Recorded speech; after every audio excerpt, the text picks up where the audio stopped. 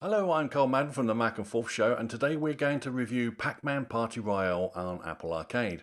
When Namco released Pac-Man to arcades in 1980, I'm sure they never envisioned us still playing variants of the classic peel-munching, maze-exploring, ghost-evading Puck 40 years later. There are a few Pac-Man variants within the Apple Store itself, but today we are going to take a look at Pac-Man Party Royale within Apple Arcade. Obviously, you'll have to be a subscriber to Apple Arcade to gain access, but as the library has grown since its introduction, I personally feel it's worth the £4.99 or dollars a month. Now, just in case you've been living under a rock for the last 40 years, the premise behind Pac-Man is pretty simple.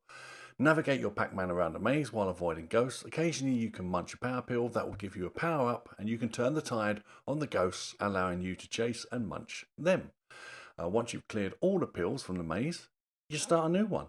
And that's it. We didn't really go for complicated gameplay back in the old days, and the arcades just wanted your 10p's or your quarters, as far as I'm aware. Now, Pac-Man Party Royale doesn't pit you against 4 ghosts, it pits you against 1 ghost, at least initially, and up to 3 other Pac-Men. The rest is pretty similar though. Munch the pills and get faster, avoid the ghost, grab the power pill, and not only you get to munch the ghost, but you also can go after your competitors, which will turn them into ghosts that will then chase you. However, if they catch you, you become the ghost, and they get their life back. A timer is also counting down, and once your time is up, it triggers the Pac-Man glitch, which begins eating away at the edges of the maze, forcing everyone towards the centre for a frantic, last-ditch battle of survival. The gameplay is simple to pick up and very enjoyable. After all, there's a reason it's been around for the last 40 years. The single-player game is great, however, the real pleasure comes from playing in a party. Parties can either be hosted or joined. If you host, you control the game setup, including such things as the number of wins required, the timer length, whether to include Robo Pac-Man to boost the numbers, and finally the difficulty of the game. You are then given a room number, a code which you can share with anyone, local or across the net, to come and join you in the fun.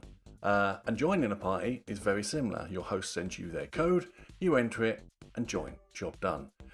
If you have poor connectivity issues, this can raise a few problems here and there, but on the whole it usually all just works. As you're all playing on Apple Arcade, it means Mac players can play Apple TV players, who can play iPad players, who can play iPhone and iPod players.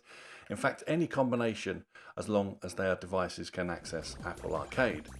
You can control your little Pac-Man either on the keyboard using the arrow keys, the cursor keys, or swipe on iOS device or the Apple remote if you really have to on the Apple TV. So very simple indeed.